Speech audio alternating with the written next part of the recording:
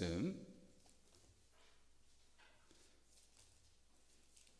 요한계시록 7장 1절에서 17절.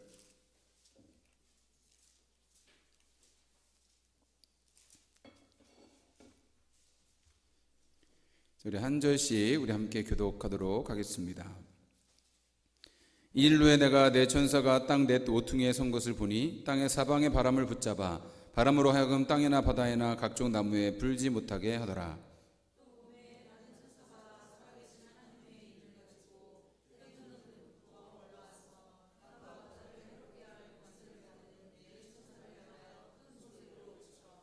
이르되 우리가 우리 하나님의 종들의 이마에 인치기까지 땅이나 바다나 나무들을 해하지 말라 하더라.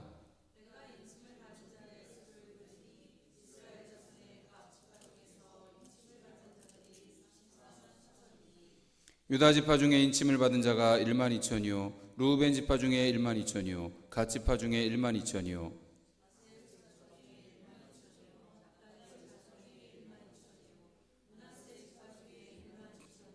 시므온 지파 중에 1만 2천이요 레위 지파 중에 1만 2천이요 이사갈 지파 중에 1만 2천이요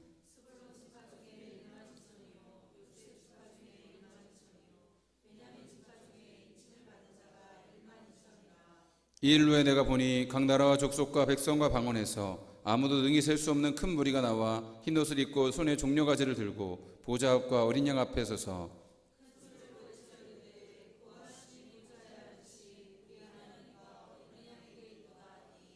모든 천사가 보좌와 장로들과 내 생물의 주위에 서 있다가 보좌 앞에 엎드려 얼굴을 대고 하나님께 경배하여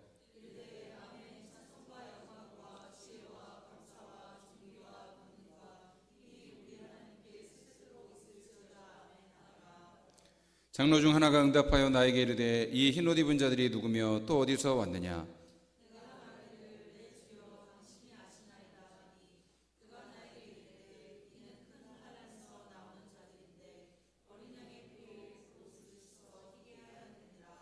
그러므로 그들이 하나님의 보좌 앞에 있고 또 그의 성전에서 밤낮 하나님을 섬기매 보좌에 앉으신 이가 그들 위에 장막을 치시리니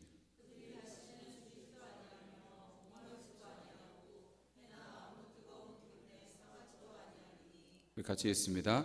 이는 보좌 가운데 계신 어린 양이 그들의 목자가 되사 생명수 샘으로 인도하시고 하나님께서 그들의 눈에서 모든 눈물을 씻어주실 것임이라. 아멘. 우리 오늘 봉독한 말씀 가지고 구원받은 백성이 영원히 불러야 할 부를 노래, 우리 제목의 말씀 선포할 때에 함께 주님의 은혜가 충만하시기를 간절히 바랍니다. 부모님들이 연세가 들어가시면서 자꾸 한 얘기를 또 하시는 경우가 있습니다. 저는 어떤 얘기를 어머니께 한 진짜 100번은 넘게 들은 것 같아요. 그런데 어머니는 그 얘기만 시작하시면 마치 처음 하시는 이야기처럼 아주 신나서 말씀을 하시는 것입니다. 그 이야기의 핵심은 예전에 우리 참 어려웠는데 그래도 하나님 은혜로 살았어. 돌아보니 모든 것이 하나님 은혜야. 이런 내용들입니다. 그래서 제가 들을 때는 또 저거 처음 듣는 것처럼 그래요 어머니 참 고생 많으셨죠. 하나님 은혜죠. 아멘. 이러고 들어야 되는 것입니다. 여러분 이건 부모님들에게만 해당되는 내용인 줄 알았는데 저도 나이를 들어가나 봅니다. 저도 가끔 아이들에게 어떤 얘기를 하면 아빠 그 얘기를 지금 20번도 넘게 들은 것 같아요. 그런 이야기를 저도 듣고 있습니다. 여러분 나이가 지긋하신 분들은 과거의 영광을 기억하면서 그 이야기를 하는 것을 좋아하십니다. 내가 왕년에 이랬었는데 이런 이야기를 하시죠. 여러분 제가 지난주에 어떤 신문을 보니까 치매에 걸려서 요양원에 계신 분들도요 과거에 그 영광의 때의 직함을 불러드리면 그렇게 좋아하신다는 것입니다. 예를 들어 누구누구 교장 선생님, 누구누구 장군님, 누구누구 사장님 이렇게 불러드리면 치매 걸린 분들도 옛 기억이 돌아와서 그때의 이야기들을 늘어놓으신다는 것입니다. 여러분 사실 사람들에게 그렇게 즐겨 부르는 노래가 있는 것이죠. 그것은 과거의 영광을 자랑하는 노래이기도 하고 자신의 신세를 한탄하는 원망의 노래이기도 합니다. 여러분이 자주 부르는 노래는 무엇입니까? 여러분이 누군가와 대화를 하면 여러분 제일 많이 나오는 레파토리가 무엇입니까? 구원의 노래입니까? 원망의 노래입니까? 감사의 노래입니까? 불평의 노래입니까? 오늘 요한계시록 말씀은 구원받은 하나님의 백성들이 영원토록 불러야 할 노래가 있음을 보여주고 있습니다. 그것은 너무도 영광스러운 찬송입니다. 우리에게도 이 영원한 노래가 있기를 원합니다. 그러면 우리가 어떻게 이 노래를 배울 수 있고 어떻게 이 노래를 부를 수 있는 것일까요? 오늘 말씀 가운데 주님의 은혜가 함께 하시기를 바랍니다. 요한계시록 6장부터는 하나님의 크고 두려운 심판이 이 땅 위에 임하는 내용들이 나오고 있습니다. 7인, 7나팔, 7대접은 하나님께서 이 죄악된 세상을 심판하시는 내용입니다. 오늘 7장 말씀은 6째 인을 떼신 뒤에 7째 인이 나오기 전까지 그 중간에 일어났던 일입니다. 1절에서 3절 말씀을 다시 한번 보겠습니다. 일루에 내가 내 천사가 땅 모퉁이에 선 것을 보니 땅의 사방의 바람을 붙잡아 바람으로 하여금 땅이나 바다에나 각종 나무에 불지 못하게 하더라. 또 봄에 다루는 천사가 살아계신 하나님의 인을 가지고 해 돋는 데로부터 올라와서 땅과 바다를 해롭게 할 권세를 받은 내 천사를 향하여 큰 소리로 외쳐 이르되 우리가 우리 하나님의 종들의 이마에 인치기까지 땅이나 바다나 나무들을 해하지 말라 하더라. 아멘. 요한이 보니 네 천사가 땅 네 모퉁이에 선 것을 보았습니다. 그들은 사방의 바람을 붙잡아서 바람이 땅이나 바다에 각종 나무에 불지 못하게 하고 있었습니다. 그리고 또 다른 천사가 살아계신 하나님의 인을 가지고 올라와서 땅과 바다를 해롭게 할 권세를 받은 네 천사를 향해서 외쳤습니다. 우리가 우리 하나님의 종들의 이마에 인치기까지 땅이나 바다나 나무들을 해하지 말라는 것입니다. 여러분, 바람과 폭풍은 하나님의 심판을 상징합니다. 여러분, 정말 무서운 바람을 경험해 보신 적이 있으십니까? 저는 한 몇 년 전쯤에 이천으로 태풍이 직접 통과한 적이 있었어요. 그때 이제 새벽에 제가 새벽기도 마치고 밖에 나가서 보니까 바람이 얼마나 거세게 부는지 뒤에 있는 나무들이 막 쓰러지고 그리고 교회 종탑 지붕이 막 날아가고 막 이런 것들을 제가 보았습니다. 그때 제가 정말 바람이 무섭구나라는 것을 경험을 했습니다. 바다에서 부는 바람은 정말 더 무섭죠. 여러분, 태풍이면 몰아치는 그 바람이 이 집채 같은 파도가 몰아칠 때에 여러분 그 바닷가에 한번 서 있다고 생각해 보십시오. 얼마나 그것이 두렵겠습니까? 당시 교회와 성도들이 받던 핍박이 그와 같았을 것입니다. 태풍이 몰아치는 그 바닷가에 조그만 어린아이가 아무 의지할 것 없이 여러분 서 있는 그 장면을 한번 생각해 보십시오. 여러분, 그것이 그 당시 교회가 처해 있는 상황과 같았다는 것입니다. 그런데 여러분, 요한은 보았습니다. 하나님께서 그의 천사들을 보내셔서 그의 택하신 백성들에게 인치시고 그들을 보호하고 계셨다는 것입니다. 예수님께서 갈릴리 바닷가에서 그 풍랑을 만났을 때에 바람을 꾸짖으시면서 고요하라 잠잠하라 했을 때 여러분 그 바람과 파도가 즉시 잠잠해졌던 것을 떠올려 보십시오. 여러분, 당시 바다는 아무도 정복할 수 없는 공포의 대상이었습니다. 그런데 예수님이 말씀하시면 거친 풍랑도 잠잠해진다는 것을 그들은 경험했습니다. 예수님은 그 어떤 풍랑과 문제보다도 더 크신 분이구나 라는 것을 알았습니다. 그 예수님께서 그의 백성들을 인치시고 보호하신다라는 말씀입니다. 여러분, 인을 친다는 것은 도장을 찍는다는 말입니다. 도장 인자거든요. 여러분 다 인감도장 있으시죠? 그 인감도장을 여러분 아무한테나 내주지 않죠. 그랬다가는 나 몰래 누가 대출을 받을 수도 있고 차를 살 수도 있습니다. 왜냐하면 인감도장은 내가 직접 가지 않아도 내가 보증한다는 효력을 가지고 있기 때문입니다. 요한이 살던 시대는 더 그랬습니다. 당시 황제의 인장은 사람을 죽이고 살리는 권세가 있었습니다. 여러분, 그래서 도장을 찍는다는 것은 첫 번째로 소유권의 표시를 말하는 것입니다. 여러분, 도장에는 이 소유자의 이름이 새겨져 있죠. 그 도장을 딱 찍어 놓으면 소유가 되었다라는 뜻입니다. 여러분, 도서관에서 책을 빌리면 그 도서관 이 제일 앞에 그 책 앞에 이 효양도서관 딱 도장이 찍혀 있습니다. 그럼 책을 빌려올 수는 있지만 저는 책을 읽으면서 줄을 긋지도 못하고요. 그리고 읽다가 접어놓지도 못합니다. 그리고 이 대출 반납하라는 문자가 오면은 반납을 해야 됩니다. 왜냐하면 그 소유권이 도서관에 있기 때문인 것입니다. 여러분, 둘째로 보호의 표시입니다. 편지를 봉인하면 수신자 외에는 누구도 열어보아서는 안 됩니다. 그리고 여러분, 옛날에 집에서 부리는 종에게 주인이 이렇게 낙인을 찍어 놓기도 했죠. 도장입니다. 그러면 여러분, 이 소유권, 이 종은 내 거라는 동시에 그를 보호할 책임이 주인에게 있음을 나타내는 것이었습니다. 아가서에 보면 술람이 여인이 솔로몬 왕에게 이렇게 처합니다. 아가서 8장 6절 말씀, 너는 나를 도장같이 마음에 품고 도장같이 팔에 두라 라고 했습니다. 그러니까 여인이 사랑하는 솔로몬에게 속하여서 보호받기를 원한다라는 뜻입니다. 자, 세 번째는 증명의 표시입니다. 그럼 도장을 찍어 놓으면 보증한다는 것이죠. 서류에 있는 모든 내용을 증명하고 보증한다라는 뜻입니다. 여러분, 그리스도인은 그리스도께서 인치신 사람들입니다. 여러분, 그러면 하나님께서 어떻게 우리에게 도장을 찍으실까요? 여러분, 이마에다가 하나님 이렇게 찍어 놓으실까요? 성령으로 인치시는 것입니다. 에베소서 1장 13절 말씀에 보면 그 안에서 너희도 진리의 말씀 곧 너희의 구원의 복음을 듣고 그 안에서 또한 믿어 약속의 성령으로 인치심을 받았으니 라고 말씀합니다. 여러분, 우리는 예수님께서 피값 주고 사셔서 성령으로 도장 찍으신 사람들입니다. 그래서 우리는 주님의 것이고 하나님이 우리를 보호하시고 하나님이 내 아들 내 딸이라 증명해 주시는 것입니다. 여러분 안에 성령의 인치신 증거가 있습니까? 여러분, 성령의 인치신 증거는 우리가 에베소서 1장 13절 말씀을 읽었던 그 말씀을 다시 한번 보면 너희도 진리의 말씀 구원의 복음을 듣고 그 안에서 믿은 것이다 라고 했습니다. 그러니까 여러분은 예수 그리스도께서 나의 유일한 구원자 되심을 믿으십니까? 여러분, 예수님만이 내 죄를 사하시고 나의 주님이 되신다는 사실을 여러분 믿으십니까? 여러분, 그렇다면 여러분은 성령의 인치심을 받은 것입니다. 왜냐하면 그 누구도 성령이 아니고서는 예수를 주로 고백할 수 없다고 하셨기 때문입니다. 또 여러분은 하나님을 아버지라고 부르십니까? 여러분 안에 계신 성령님께서 기뻐하시는 것을 여러분 느끼십니까? 때로 우리가 죄를 지을 때는 근심하시고 책망하시는 것을 여러분 느끼십니까? 여러분 안에 주님을 향한 갈망이 있습니까?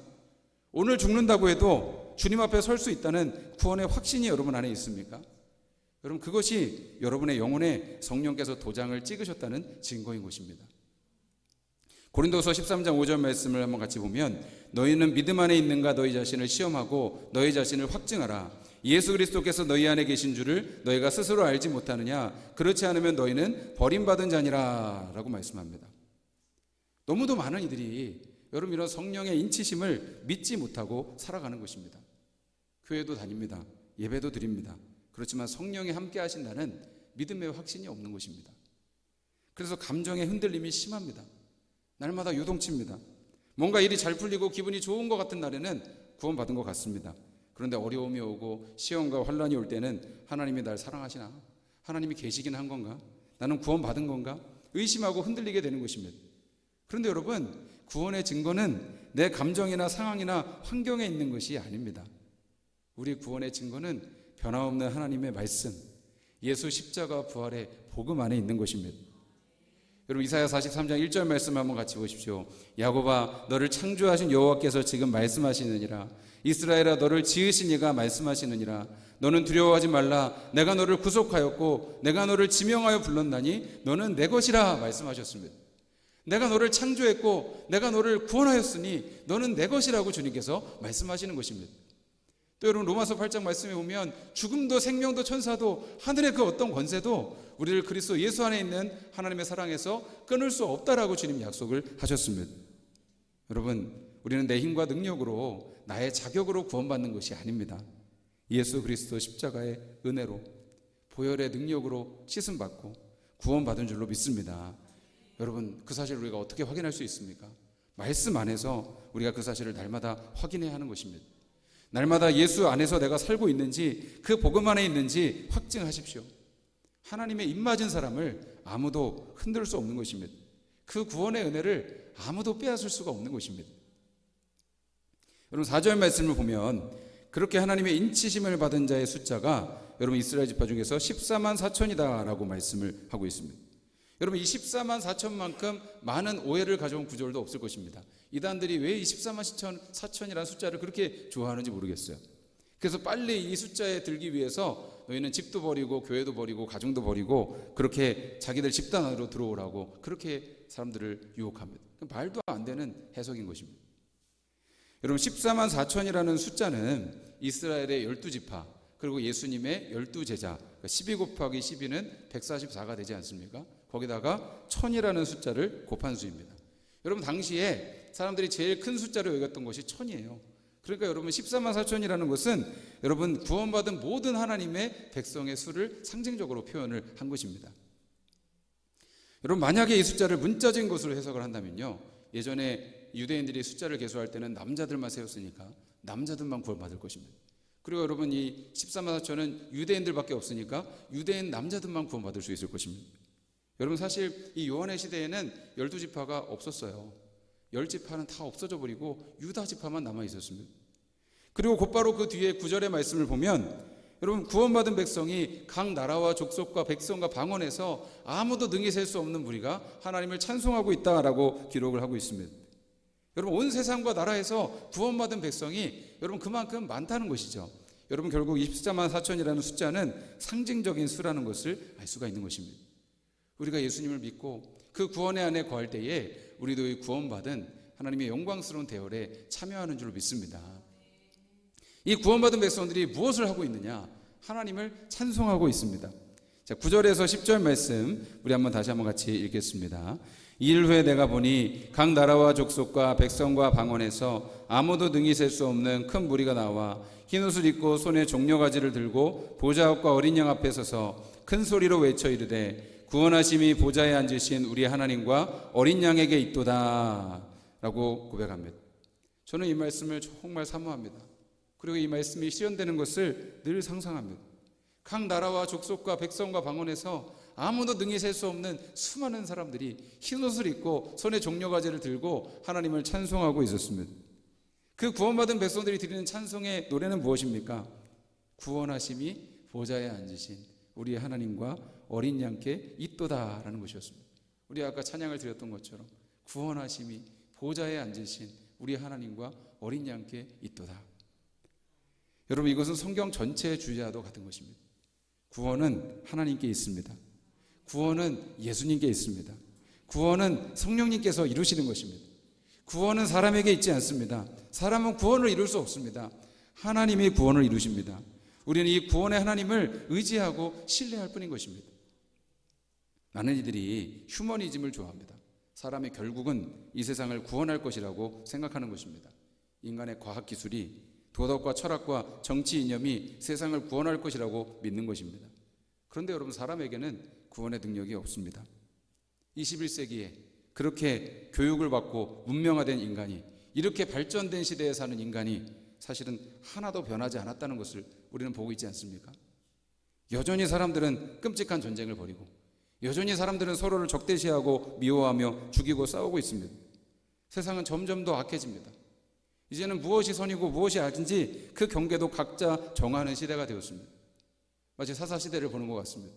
그때 이스라엘에 왕이 없으므로 각자 자기의 소견에 옳은 대로 행하였더라. 여러분, 이 땅에는 소망이 없습니다. 사람이, 돈이, 권력이, 쾌락이 우리를 구원하지 못합니다. 구원하심이 보좌에 앉으신 우리 하나님과 어린 양께 있습니다. 스가랴 4장 6절 말씀에는 이렇게 말씀합니다. 만군의 여호와께서 말씀하시되 이는 힘으로 되지 아니하며 능력으로 되지 아니하고 오직 나의 영으로 되느니라. 아멘. 여러분, 구원은 힘으로도 안 되고 능력으로도 안 됩니다. 오직 성령님만이 구원의 역사를 이루시는 것입니다. 우리가 이 사실을 정말 깨달았다면 하나님 앞에 찬송과 경배를 드릴 수밖에 없는 것입니다. 그래서 여러분, 우리가 구원받았다는 증거가 뭐냐? 늘 하나님을 찬양하는 것입니다. 늘 구원의 하나님을 찬양하고 경배하는 것입니다. 그래서 보좌 앞에 있던 모든 천사와 장로들도 하나님 앞에 엎드려 경배하며 찬송을 드립니다. 11절에서 12절 말씀 같이 보겠습니다. 모든 천사가 보좌와 장로들과 내 생물의 주위에 서 있다가 보좌 앞에 엎드려 얼굴을 대고 하나님께 경배하여 이르되 아멘. 찬송과 영광과 지혜와 감사와 존귀와 권능과 힘이 우리 하나님께 세세토록 있을지어다. 아멘. 구원받은 우리도 이렇게 하나님을 찬양하며 경배하는 것입니다. 구원이 하나님께 있다는 것을 여러분 깨달은 사람은 늘 하나님을 찬양할 수밖에 없는 것입니다. 여러분, 돈이 힘이라고 구원이라고 믿는 사람은 늘 돈 얘기, 돈 자랑을 합니다. 권력과 성공이 구원이라 믿는 사람은 늘 자기 성공을 자랑하고 인맥을 자랑합니다. 예수님이 구원이라 믿는 사람은 늘 주님을 자랑하며 찬양합니다. 여러분의 입술에 찬양이 있습니까? 그냥 입으로 흥얼거리는 노래가 아닙니다. 여러분은 입을 열면 주님을 자랑합니까? 입을 열면 주님을 높여드립니까? 입을 열면 주님의 선하심과 그 은혜를 간증하고 있습니까? 제가 정말 좋아하는 찬양이 있습니다. 우리 아까 불렀던 주 안에 있는 나에게 땅 근심이 있으랴. 십자가 밑에 나아가 내 짐을 풀었네. 그 두려움이 변하여 내 기도 되었고 전날의 한숨 변하여 내 노래 되었네. 주님을 찬송하면서 할렐루야 할렐루야 내 앞길 멀고 험해도 나 주님만 따라가리. 이 찬양은 정말 수백 번 수천 번 불러도 너무 은혜가 되는 그런 찬송입니다. 이 찬송시의 작사가는 히윈 여사라는 미국의 여성입니다. 그녀는 19세기에 미국 필라델피아에서 출생해서 그곳에서 평생을 살았습니다. 그녀는 예수님의 사랑을 본받아서 평생을 독신으로 살면서 주일학교 사역에 헌신했습니다. 수많은 은혜로운 많은 찬송시들을 남겼는데요. 내 영혼의 햇빛 비치니 이런 찬송도 이 희윈 여사가 지은 찬송입니다. 그녀는 겨울의 어느 날 그가 가르치던 아주 이 불량한 학생 하나를 타이르고 있었습니다. 그리스도의 사랑으로 그를 권면하고 있는데 갑자기 이 학생이 지붕에 스레트로 여사의 등을 내리쳐서 척추를 크게 다친 것입니다. 그녀는 6개월 동안 상반신에 석고붕대를 감고 병원에 입원해 있어야 했습니다. 대소변을 다 받아냈습니다. 원수를 사랑해야 된다는 것은 알지만 마음속에 그 학생에 대한 증오가 있는 것입니다. 그리고 하나님을 향한 원망과 분노도 있었습니다. 내가 주님 사랑 때문에 애쓴 결과가 고작 이런 것인가? 마음이 좋지가 않았습니다. 그런데 어느 날 흑인 청소부 아주머니가 콧노래를 부르면서 신나게 병원 청소를 하고 있었습니다. 희윈 여사가 그 모습을 보다가 갑자기 화가 나가지고 청소하는 것이 뭐 그리 좋아 찬양합니까? 라고 이 흑인 청소부에게 따져 물었습니다. 그러자 이 여인이 이런 말을 했습니다. 나에게 닥친 어려운 형편과 처지가 찬송으로 바뀔 수 있는 힘을 주님께서 주셨으니 즐거울 수밖에요. 그 말을 듣고 이 여사가 충격을 받았습니다. 이제까지 불평과 증오로 자기 나날을 보낸 것을 회개하면서 하나님 앞에 고백을 하게 되었습니다. 그리고 지은 시가 바로 이 주 안에 있는 나에게라는 찬송입니다. 그 이후부터 그의 투병 생활은 기쁨과 찬송의 시간이 되었습니다. 가해 학생도 용서할 수 있게 되었습니다. 그러자 그녀의 건강도 점점 회복이 되고 이 건강을 회복한 그녀는 청소년 선교와 많은 찬송시 작사에 일생을 바치게 되었습니다. 여러분, 정말 이 여사에게 딴 근심이 없었을까요? 여러분, 정말 우리에게 딴 근심이 없습니까? 여러분, 질병이나 마음의 상처로 그녀가 고통받고 있었지 않았습니까? 그런데 여러분, 십자가 앞에 나아가서 내 짐을 풀어놓은 것입니다. 구원의 하나님을 의지한 것입니다. 그러자 그 두려움이 변하여 내 기도가 되었고 전날의 한숨이 변하여 내 노래가 된 것입니다. 여러분, 이것이 구원받은 하나님 백성들의 노래인 것입니다. 여러분, 시편의 고백들도 보세요. 보면은 거의 처음에는 신세 한탄으로 시작합니다. 시편 3편 1절 2절 말씀 보면 여호와여 나의 대적이 어찌 그리 많은지요 일어나 나를 치는 자가 많으니이다. 많은 사람이 나를 대적하여 말하기를 그는 하나님께 구원을 받지 못한다 하나이다 라고 했습니다. 하나님, 이 상황 좀 보십시오. 저렇게 수많은 대적이 나를 치려고 달려오지 않습니까? 그렇게 한탄을 합니다. 그런데 여러분, 거의 모든 시편은 찬송으로 변하는 것을 우리는 봅니다. 시편 3편 3절에서 4절 말씀 여호와여 주는 나의 방패시요 나의 영광이시요 나의 머리를 드시는 자신이나이다. 내가 나의 목소리로 여호와께 부르짖으니 그의 성산에서 응답하시는도다. 그리고 시편 3편 8절 말씀 구원은 여호와께 있사오니 주의 복을 주의 백성에게 내리소서. 아멘. 여러분, 다윗의 이 한숨과 탄탄이 하나님을 향한 찬양으로 구원의 노래로 바뀌고 있지 않습니까? 구원은 하나님께 있다고 외치고 있지 않습니까? 여러분, 그것이 구원받은 백성들이 불러야 할 노래인 줄로 믿습니다. 우리가 그럴 수 있는 이유가 무엇입니까? 13절에서 14절 말씀도 한번 같이 봅니다. 장로 중 하나가 응답하며 나에게 이르되 이 흰옷 입은 자들이 누구며 또 어디서 왔느냐? 내가 말하기를 내 주여 당신이 아시나이다 하니 그가 나에게 이르되 이는 큰 환난에서 나오는 자들인데 어린 양의 피에 그 옷을 씻어 희게 하였느니라 라고 말씀합니다. 장로 중 하나가 이 흰옷 입고 주님을 찬양하는 무리들이 누구인지를 알려줍니다. 그들은 큰 환난에서 나오는 사람들이라 라고 했습니다. 어린 양의 피에 그 옷을 씻어 희게 한 사람들이라고 했습니다. 그들은 세상에서 예수 이름 때문에 환난을 당하던 성도들이었습니다. 예수님 이름 때문에 조롱받고 예수님 이름 때문에 불이익을 당하고 심지어 예수님 이름 때문에 죽임당한 이들이 이 영광의 찬송의 대열에 참여해서 그 주님을 찬양하고 있었던 것입니다. 그들은 예수님의 보혈에 그 옷을 씻었습니다. 그 보혈을 믿고 회개하며 죄 씻음을 받은 자들입니다. 주님이 그들에게 흰 옷을 입혀주셨습니다. 그것은 영원히 하나님 앞에 찬양할 수 있는 의의 옷인 것입니다. 15절에서 17절 말씀도 한번 같이 봅니다. 그러므로 그들이 하나님의 보좌 앞에 있고 또 그의 성전에서 밤낮 하나님을 섬김에 보좌에 앉으시니가 그들 위에 장막을 치시리니 그들이 다시는 줄이지도 아니하며 목마르지도 아니하고 해나 아무 뜨거운 기운에 상하지도 아니하리니 이는 보좌 가운데 계신 어린 양이 그들의 목자가 되사 생명수 샘으로 인도하시고 하나님께서 그들의 눈에서 모든 눈물을 씻어주실 것임이라. 아멘. 그들이 하나님 보좌 앞에서 항상 하나님을 섬기게 될 것입니다. 보좌에 앉으신 이가 그들 위에 장막을 치실 것이기 때문입니다. 여러분, 여기서 장막을 친다는 말은 원어로 스케누운이라고 하는데요, 텐트라는 말인 스케네에서 왔습니다. 그러니까 영어로는 드웰, 살다, 거주하다 이런 뜻입니다. 여러분, 말씀이 육신이 되어서 우리 가운데 거하시매라고 하지 않습니까? 여기서 거하시매라는 이 단어가 바로 스케누운입니다. 주님께서 그들 위에 장막을 치신다는 것은 무슨 말이냐? 영원히 주님께서 그들과 함께 하시겠다라는 약속입니다. 여러분, 이 스케눈이라는 말은 히브리어로 쉐키나라는 말을 떠올리게 하는데요, 이 쉐키나라는 말은 하나님의 임재와 영광을 말하는 단어인 것입니다. 그들은 영원히 하나님의 집에서 살게 될 것입니다. 다시는 목마르지도 줄이지도 않고 보좌 가운데 계신 어린 양이 그들의 목자가 되셔서 생명수 샘으로 그들을 인도해 주실 것이기 때문입니다. 시편 23편 말씀처럼 여호와는 나의 목자시니 내게 부족함이 없으리로다. 그가 나를 푸른 초장에 누이시며 쉴만한 물가로 인도하시는도다. 내가 여호와의 집에서 영원히 살리로다 라는 그 고백의 말씀인 것입니다. 그리고 여러분, 무엇보다 위로가 되는 것은 하나님께서 그들의 눈에서 모든 눈물을 씻어주신다라는 말씀입니다. 주님께서 우리의 눈에 모든 눈물을 씻어주시고 위로해 주시고 영원한 기쁨과 찬송으로 바꿔주실 것입니다. 애통하는 자는 복이 있나니 그들이 위로를 받을 것이며, 주님께서 위로해 주시고 주님께서 눈물 닦아주시고 주님께서 영원히 함께 해주실 것입니다. 요즘에 주변에 아프신 분이 많습니다. 성도님들도 아프신 분이 있고 부모님도 자꾸 아프시다는 얘기를 듣고 아픈 분들이 많습니다. 제가 사랑하는 분들이 아프다는 말을 들으면 저는 마음이 참 힘듭니다.